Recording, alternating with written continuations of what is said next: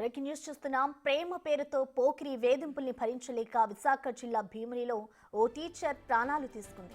కొంతకాలంగా రాజు అనే వ్యక్తి టీచర్ ప్రేమ పేరుతో వెంటపడుతున్నాడు. వేధింపుల తీవ్రత పెరగడంతో ఆ యువతి ఈ నెల 16న పురుగుల మందు తాగింది. ఆసుపత్రిలో మృత్యువుతో పోరాడుతూ ఈ నెల 21న చనిపోయింది. పోలీసులు ఈ వ్యవహారాన్ని గోప్యంగా ఉంచారు.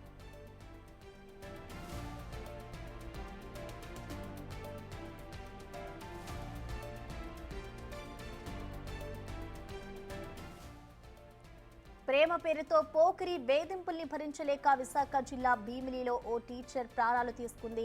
ఈ నెల 16న ఈ ఘటన చోటు చేసుకుంది. కొంతకాలంగా రాజు అనే వ్యక్తి టీచర్ని ప్రేమ పేరుతో వెంటపడుతున్నారు. వేధింపుల తీవ్రత కావడంతో ఆ యువతి ఈ నెల 16న పురుగుల మందు తాగింది.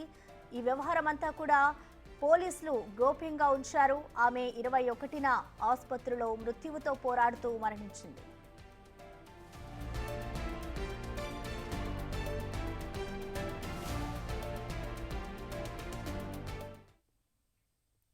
దీనికి సంబంధించిన కంప్లీట్ డీటెయిల్స్ ని మా ప్రతినిధి రాజు అందిస్తారు. రాజు, చెప్పండి, అసలు ఒక యువకుడి వేధింపుల వల్ల టీచర్ ఆత్మహత్యకు పాల్పడింది. దీనికి సంబంధించిన అసలు డీటెయిల్స్ ఏంటి? పోలీసులు ఎందుకు గోప్యంగా ఉంచుతున్నారు? రాజు, అతన్ని అరెస్ట్ చేశారా? అసలు డీటెయిల్స్ ఏంటి? విశాఖ జిల్లా మధ్యవలసలో ఈ సంఘటన అయితే చోటు చేసుకున్నటువంటి పరిస్థితి ఉంది. ఈ సంఘటన ఆలస్యంగా వెలుగు చూసింది. అయితే భీమిలి అంటే ఈ మధ్యవలస అనేది భీమిలికి అత్యంత సమీపంలో ఉంటుంది. రాజు అనే యువకుడు ఆకతాయి అని చెప్పొచ్చు. యువకుడు టీచర్ ని ప్రతిరోజు కూడా వేధింపులకు గురి చేసినటువంటి నేపథ్యంలో ఆ వేధింపులను తట్టుకోలేక 16వ తేదీన ఈ యువతి టీచర్ ఉపాధ్యాయులు అయితే సూసైడ్ చేసుకున్నటువంటి పరిస్థితి కనిపిస్తుంది. ముఖ్యంగా సూసైడ్ చేసుకున్న తర్వాత ఆమె అంటే ఇంటిపైనే పురుగుల మందు తాగి ఆత్మహత్యాయత్నం చేసింది.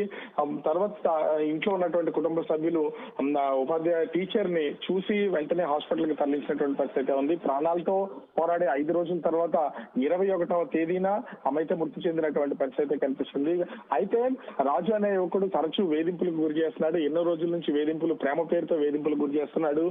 ఎంత చెప్పినా వినకుండా ఉన్నటువంటి పరిస్థితి ఉంది. అతని నుంచి నేను ఆ వేధింపులు భరించలేక ఆత్మహత్య చేసుకున్నానని కుటుంబ సభ్యులకి తండ్రికి అయితే చెప్పినటువంటి పరిస్థితి ఉంది. ఈ నేపథ్యంలో పోలీసులకి ఫిర్యాదు అయితే చేసినటువంటి పరిస్థితి ఉంది. ఆత్మహత్య చేసుకున్న తర్వాత ఆ ఆసుపత్రిలో అడ్మిట్ చేయడానికి పోలీసు కేసు అయినటువంటి నేపథ్యంలో పూర్తి స్థాయిలో పోలీసులు దీన్ని ఇన్వెస్టిగేషన్ చేసినటువంటి పరిస్థితి ఉంది. రాజు అనే యువకుడిని కూడా పోలీసులు అదుపులోకి తీసుకుని విచారణ అయితే చేశారు. కానీ ఈ విషయాన్ని అంటే ఆమె ఆత్మహత్య చేసుకోవడం, ఒక టీచర్ ని ఆకతాయి వేధింపులకు గురి చేసినటువంటి పరిస్థితి ఉన్నా కూడా ఈ విషయాన్ని పోలీసులు అయితే బయటకు రానివ్వకుండా ఉన్నటువంటి పరిస్థితి కనిపిస్తుంది. ఎందుకంటే తరచూ విశాఖ జిల్లాకు సంబంధించి ముఖ్యంగా విశాఖ కమిషనరేట్ పరిధిలో ఇట్లాంటి వార్తలు ఎక్కువగా బయటకు వస్తున్నటువంటి నేపథ్యంలో పోలీసులు కూడా కొంత ఇబ్బంది ఉన్నది ఇక్కడైతే కనిపిస్తుంది. ఈ కోణంలోనే పోలీసులు కూడా ఈ వార్తని బయటికి రాకుండా చూసినటువంటి పరిస్థితి ఉంది.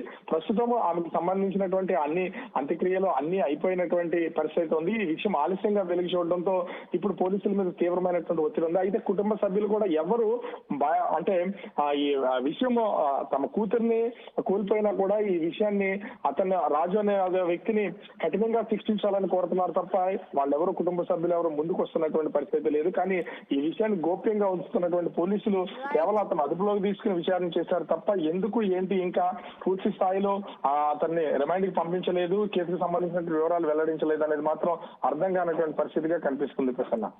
Okay, thank you Raju.